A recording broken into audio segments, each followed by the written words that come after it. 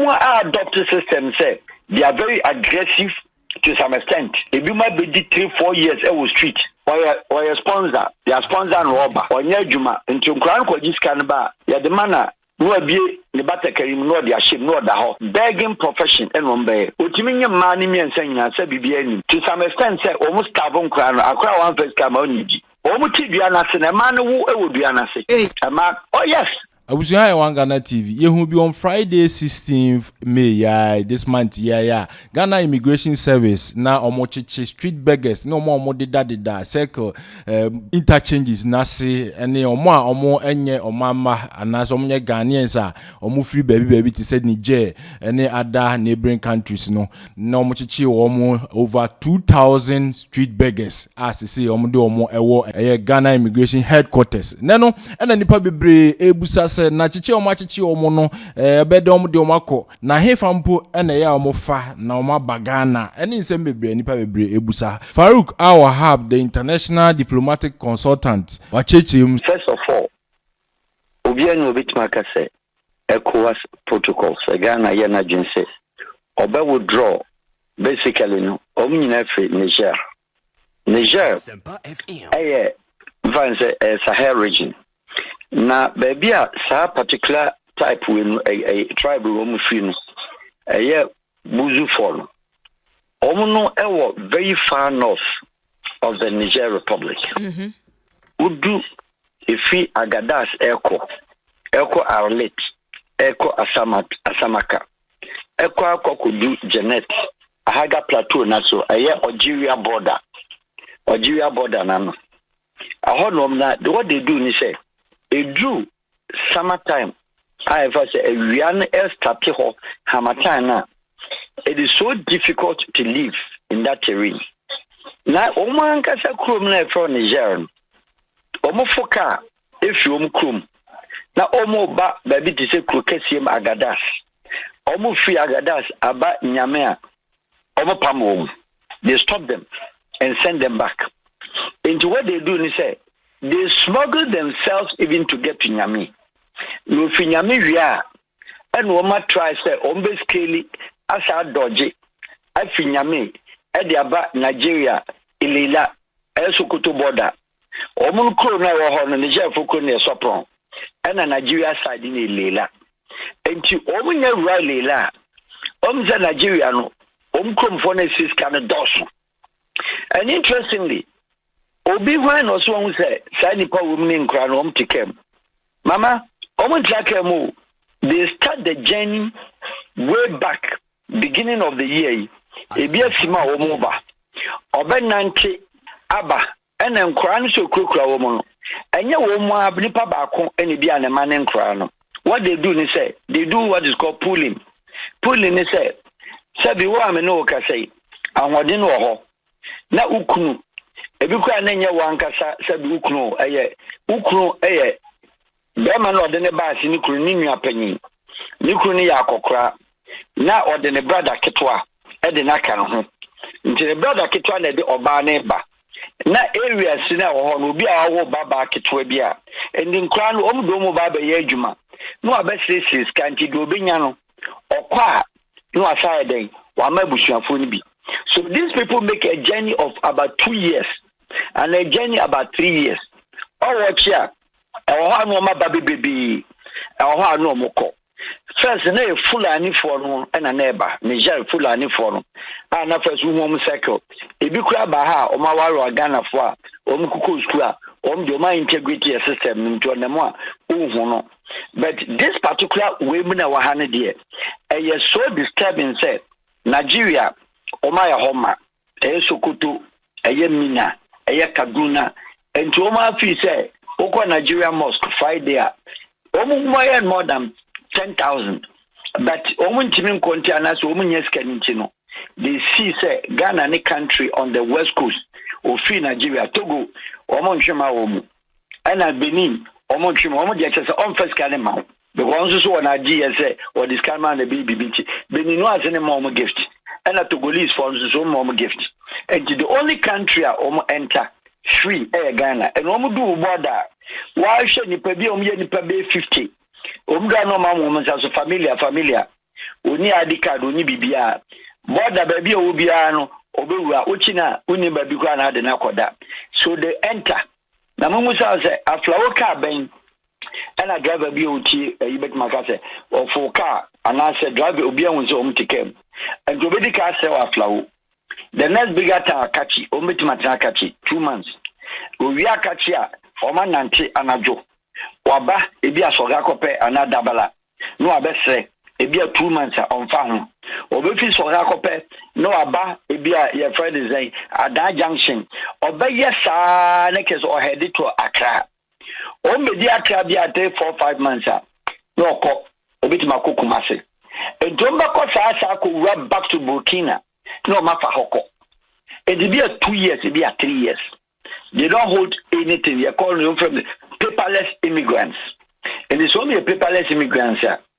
No ECOWAS member country your free movement protocols among the member nations, you know. But free movement, you know, has to do with documented migrants. And now say documented transit passenger. When to me say ECOWAS protocol to be free Nigeria, near cross Nigeria border. Any your friend is a Badagry, Namibia, Masi Lakoji, Waba na Waba, Ababidu Togo, Abidu Gando, dress in Nigerian Timumi, no. But when we there, why sham cranon dominamno? Mamini ni passport, Mamini ni ID card, card identity, Omni been to Niger phone crano, Omuchu, because you can't be walking around Niger with that kind of identity. Omni card is a Jew, and only card identity. Document be crano, except for you to know, say, of in Niger. That's all. And this, yeah, per se, yeah, immigration, that's what the law in Juma. To correct what maybe people have impression say ECOWAS protocol. It doesn't affect and it doesn't change the nation Ghana say yembrike law bia. 2 adia yebetima ye the gender bemuno.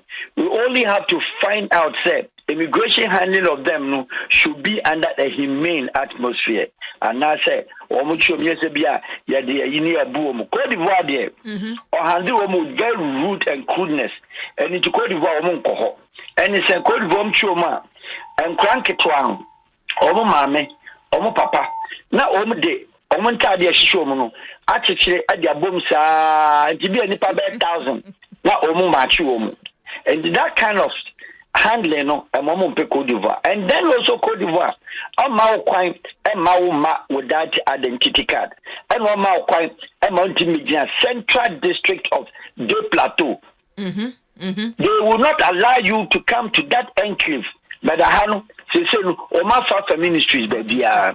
Why? Because Ghana Sabi Yahoo Mobro and the two Oma adopted system say they are very aggressive to some extent. Very aggressive. Who says if you might be 3-4 years on street, gender ministry, it is their duty to make sure say or collaborate with immigration. Now Niger ambassador, Niger mission in Kasa. Now look out for a proper way of repatriation. But here is the case. Sauka sa repatriate you ma. You know immigration controller general. Baby on problem ni say. Ni padudro we no. What do you come at Togo? As a Togo man escort, Togo will not do it because no, and you're not in the Ghana. Nipa bakum you criminal offense, and now anybody near Manatosis in Nigeria, and then they collaborated immigration law no acting down as any criminal law no to police collaboration to the court. Name and cry. You're dealing with kids. Now, I'm drop important thing being an interesting scenario and dynamics of business. One who said, Saman, Mammy Forum, one who said, Bakukra, Wow, but then quite you are after when you're 3 months, 2 months. Hospital Ben one so, oh my baby, you are not to Tiasiano, especially Oko Adabraka, baby, a psychiatric clinic, you know. Edia kese ne sisi ho no Roma so dan ho one ne yire ti ho no on se mema no you very lazy ono no oya sponsor their sponsor no oba onye adwuma nti nkran ko giska ne ba ya de mana no abie ne batakari no de ahye no da ho to some extent say almost staff nkran akra one first come on yiji asempa fm and nkran so so maame na ode ne bae no and brother is and madam for it or the way begging profession and one bay. Utiminya money me and saying I said be any. Omuti be an asin, a man who would be an asset. A man, oh yes. And I'm going to get a time and what didn't finish by pregnancy, but what did Ghana be 8 months? What did Ghana 1 year? Hospital bang, polyclinic bang, Kolibu bang, same hospital. I've got to his uncle in San Juan Bureau. Yes, wow. What did then about hospital? One mistake crime won't here. And they are very, I've lived and I know their city, their town, and baby free. And the humidity, the kind of weather, the drear desert of Niger, as soon as we are now, to Beduha, it's nothing to them air conditioning because a beer 85 degrees, 120 degrees. And it's in Ukraine, they have to trek about 40 kilometers and say no ma kunye nsuo. Say I want to back my time do a dua baako eno no me be hye ejama the whole family nature mo hia. Enti omunya bedu ha hwesto anim na it's so sad and na yeso amma kwan ama the city authorities especially AMA. Any immigration kwa AMA has a role to play anything. The government of Ghana, Edin Sika, SCC Accra, wire bridges. Say, Aboso can bridge no Mueno, Anajo, Ubu Tibianco. Over 1,000 people and Oma at the White households, and that is how they are. If you don't stop them, they will encroach. Sheseko, you for Nasi, your friend say, transport you Kukumasi. VIP. Yanya enko for your bandits in your criminal boys now or ex-convicts in go. One said we must finding a way about dominating doma ba edge to the runabout side. Because say Niger sanko for so unya dia ase na so da ana unya ba bia enwunu ho a my dear obetu no bebre you will sweat. Na omo mo kroma no ko asaman kese kota kwade kokumase. And it is they are more than 15 to 20,000. And when they go hey, and it is they are more than that because 2,000 year almost one man no akra near Bob na say eh na say you can the whole Ghana the ebo man say you wo they are more than because they are nantia du sunyane they are nantia du takrade but they are so smart say city umba kwa ye mo muska they don't live there for long. Accra traffic in the doorstone the passengers I take traffic more to schedule from private cars almost to schedule from the Accra Esson about you talking about almost about 1 million cars on the street of Accra on daily basis out of the 5 million populated city about 1.5 million cars Egu street in so both passenger and private and it's a average of 4 people are not 3 car in the demo. You're talking about over 3 million people Egu street in so and they are making a fair share. And Yanra Misa Wahab yanya den na ene ya yi omo no ye be make sure say omo nsan emmabio because mami otikoja ba na breso gender ministry o hyase try ye say obeyi omo afi oye ankosi aga ene ese kura de aboro so eti from the migration service mpanimfo ye no de bio na wo say ye de omo ko ye den a ye hu omo bie mu mama dynamics another challenging. How do you differentiate them? And excuse me to say, from Wale from Crown Joshua, from the street in you see Ghana's problem. It should be out of politics across the two divides. They don't treat the issue because they say no. And yet, Oma Obu say Omugu Edia Bridge Abuso can bring Yana Bakatomina and Niger for. But now Zongo Junction up to your friend saying Flamingo. I want to say, Yenya Wale Ghana from Crano. I want to Kaya you from. In Grand business, I will because only Muslims, only Naka House. How do you prove Wale near crap from Niger? Omako rather thank you. Any one. How do you prove Susana, Oma Ewo, Abuso Kai Echo Dakuman? So said Dakuman, Kebumo, a Biatna Awo Amaneba, Echo JSS, in the bed SHS, Omda Bontino. And we keep always saying that politicians about me ba me si hostel e dey ma wo enti what we are saying say yen si hostel ni enyi akran fi ne maame ene ne papa fi tamale and your friends say walwale mfa ne mra o me so anyema owi a monkotie enyema enkura no ekom ewo ho oba be so anyema ni wi a omukwa enche oye ya na na me mfa amenu wo mawu because the way to call this one man you say no Niger for na fra wo how does immigration select them out any one two Ghana Immigration and Ministry of Interior, they don't have that money to deport them. Are you deporting them by road and not by air? By air, it's out because only aircraft. By road, Togo decided on general because only access or then command Benin. How do you deport them? And we stop them from entry, and the entry in Aflao or Mumufiba. They don't come from the other side. They come from Aflao, from Lome, from Benin, from Nigeria North. And nobody feel nobody sending the back. And immigration baby, but migration service is a basentally more strengthen the entry point. China Cote d'Ivoire, I don't know more messing Franco for a lubu. Which cab ain't for Robin and Tiapa. They don't allow them. When the Cote d'Ivoire began, they tried it, it couldn't work out. It could not work out.